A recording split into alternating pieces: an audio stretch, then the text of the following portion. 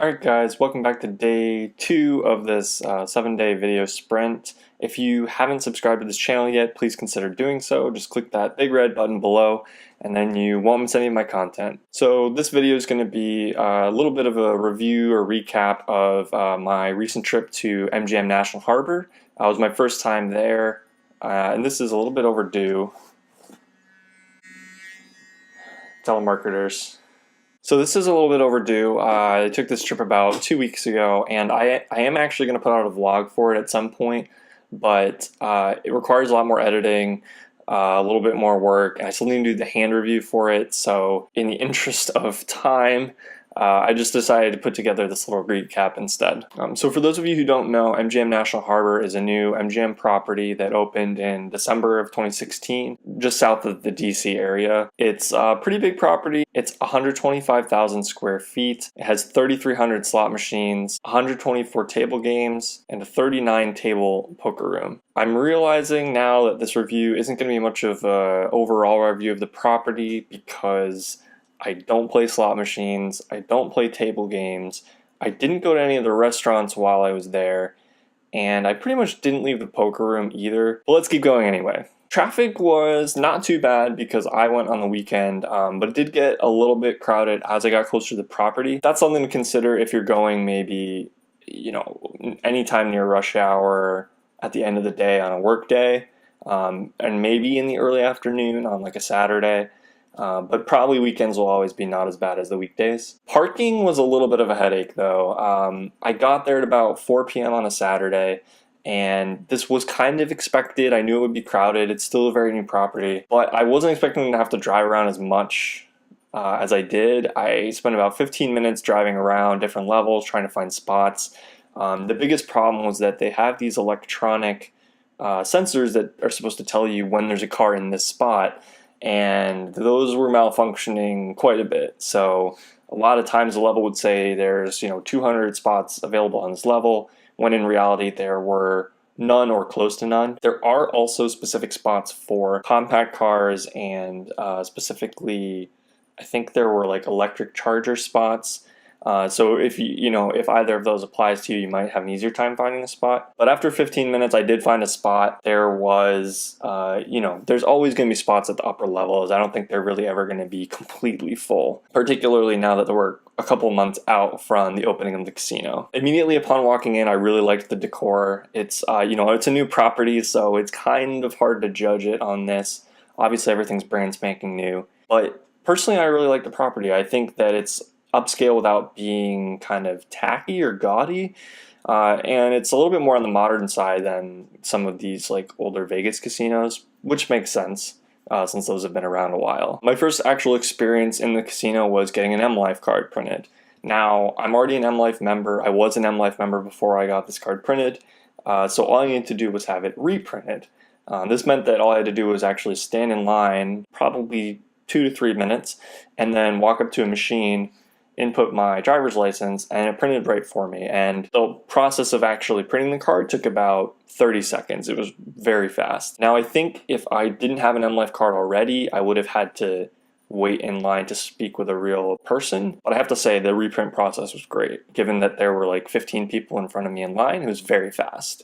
Although I have to say there was one woman at a machine next to me who tried to put her driver's license in the slot for the new card that was going to come out, and she managed to get it stuck in there. I'm not sure how that turned out because I left. I guess something to be careful about. I thought it was pretty straightforward. Just make sure you're putting your driver's license in the right slot. After that, I wandered around the casino, just kind of seeing what was up. There were a few like lounges, but the restaurant options are all actually located outside of the casino, so you don't have to go onto the casino floor to get to any of the restaurants. I think there's also a club, but not really my thing, so nothing to say about that.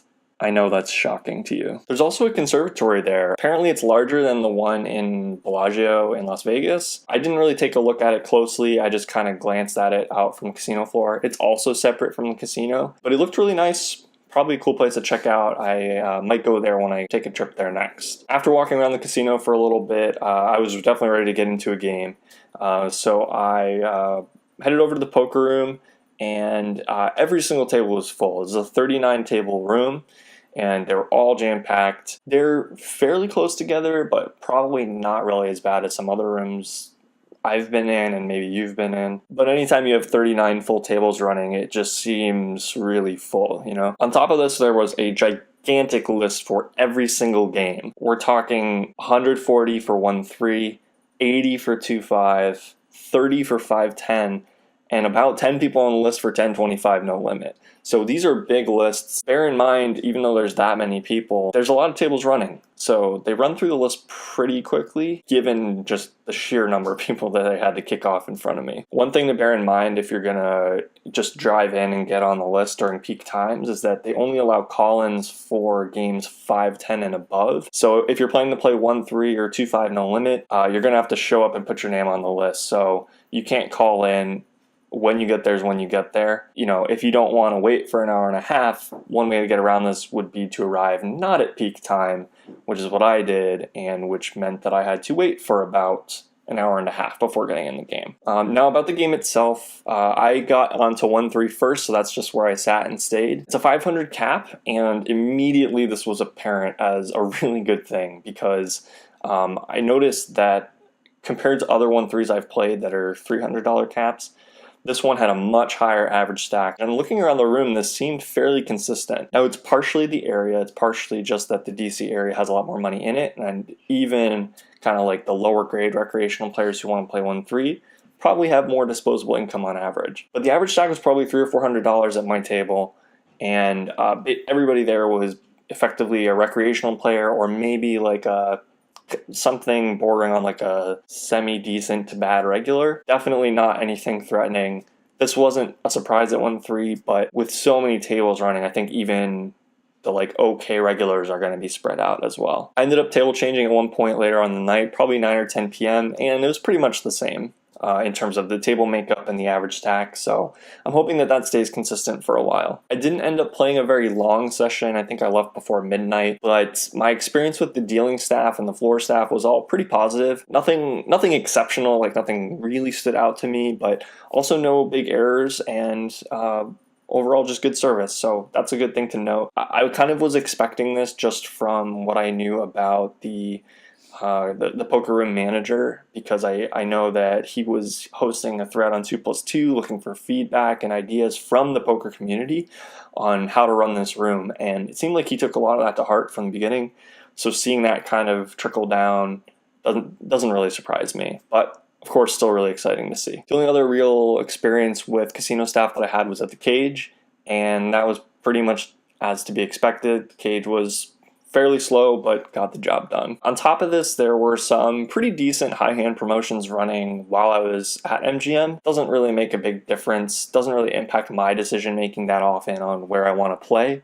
But you know, if you have options between which casinos you're going to play at, maybe it'll factor in. Overall, you know, my thought process, because of where I live, is to compare Maryland Live to MGM. Right now, I don't think that's really fair. MGM has kind of poached a lot of the higher stakes games that play, so 5-10 and above, those don't really run at Maryland Live anymore. And so that means that the biggest game usually running at Maryland Live is 2-5. The better players at Maryland Live are all kind of going to end up at 2-5. But I also think that the better players in general kind of got poached from Maryland Live and moved to MGM because that's where the big games were. It's also just not really a fair comparison because MGM is such a new property. I mean, everything about it's new, exciting, there's tons of people there, the vibe is amazing.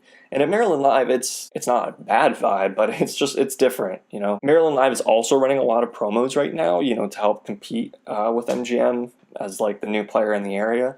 And I think that their promotions in general are a little bit better, but that kind of makes sense. They have fewer players there. They need to kind of up their promotion game while MGM is kind of the new thing. Overall, it's kind of hard to tell how the games are going to split over time. Like maybe the high stakes games will stay at MGM. Maybe some of them will migrate back to Maryland Live. And it's probably just going to really depend on the players and what property people end up liking better over time. Overall, I think it's probably a good thing to have multiple casinos in the area, providing that competition to really make a better experience for players across the board. One last interesting thing to note is that I've heard rumors that MGM is going to add additional poker tables. Don't know how, where, or when that's going to happen because their current room is definitely full, but I hope that they do, to alleviate the waitlist problem.